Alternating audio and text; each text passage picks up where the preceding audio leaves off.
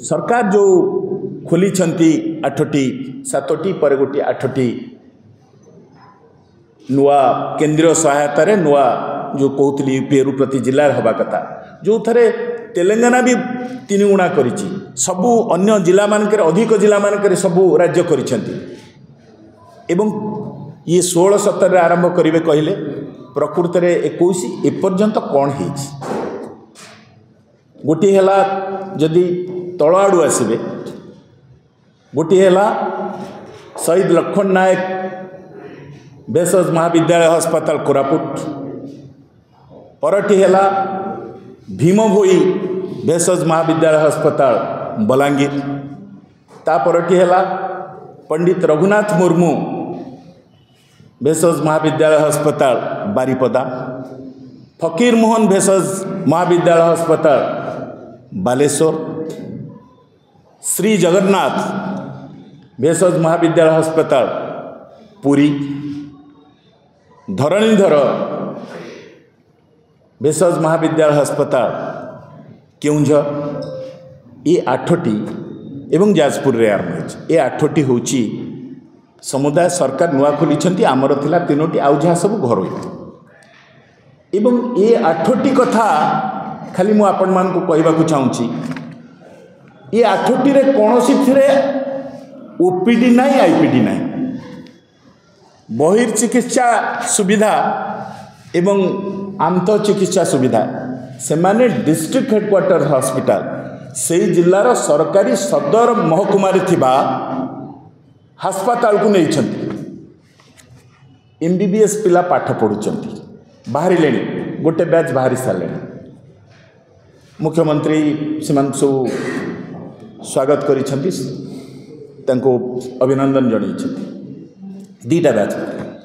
से पिला माने 300 मार्क परीक्षा दिखती 100 मार्क थ्योरी 100 मार्क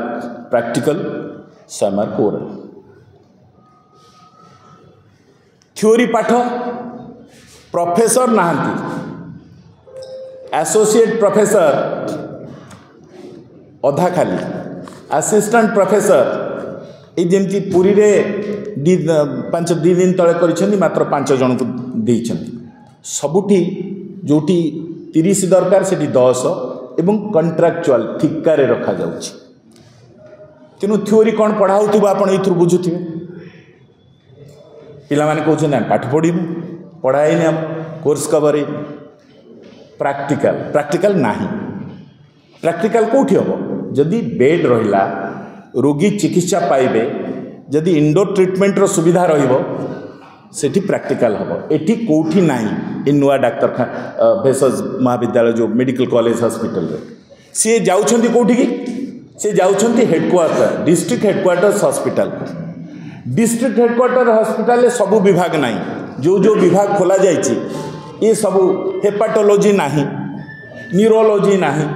एथुर अधा विभाग डिस्ट्रिक्ट हेडक्वार्टर्स हॉस्पिटल नहीं विचार तार क्लिनिकल क्लासेस हो पारनी प्रैक्टिकल मान तो क्लिनिकल क्लासेस सब 25-25 जन ग्रुप रे जहाँ एबे मेडिकल कमिशन कहूँ आगुरी आईएमसी थिला तांकर नॉर्म स्टैंडर्ड्स जहाँ ताले थ्योरी या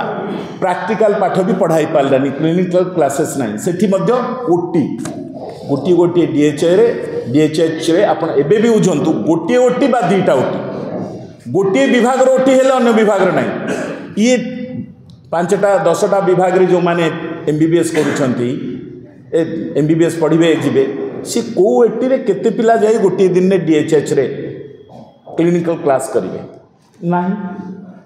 तेणु ये जो प्रोफेसर्स माने एसोसिएट प्रोफेसर्स माने असिस्टेंट प्रोफेसर्स माने तांका हाथ काम भी नहीं तांका हाथ काम भी नहीं कौन करेंगे घरोई हॉस्पिटल को जी प्राइवेट प्रैक्टिस करेंगे 3000 कोटी टंका सेठी जाउची सेठी ऑपरेशन करेंगे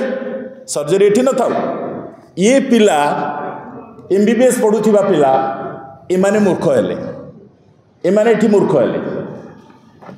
एमाने जो माने एठो एमबीबीएस पढ़ी बाहर क्लिनिकल क्लास नहीं थ्योरी क्लास जी हवा कथा ही पारनी प्रोफेसर ना प्रोफेसर वैकेंसी मुझे वैकेंसी पोजीशन अच्छी मुझे दूसरी कौटी के वैकेंसी पोजीशन ये हूँ अवस्था एवं रोगी कथा केवल 10 वर्ष रे रोगी संख्या 200 गुण बढ़ी 2010 रु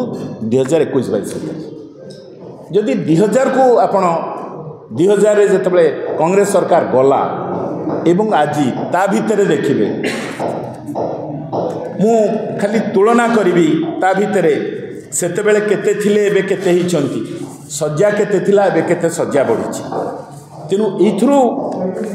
नजर रखिले आपण बुझी पारिबे ए सरकार रो कौन आभिमुख्य कौन बुझी पारिबे घरोई चिकित्सक जो माने प्रोफेसर से सरकारी मेडिकल कॉलेज हॉस्पिटल जो मानकर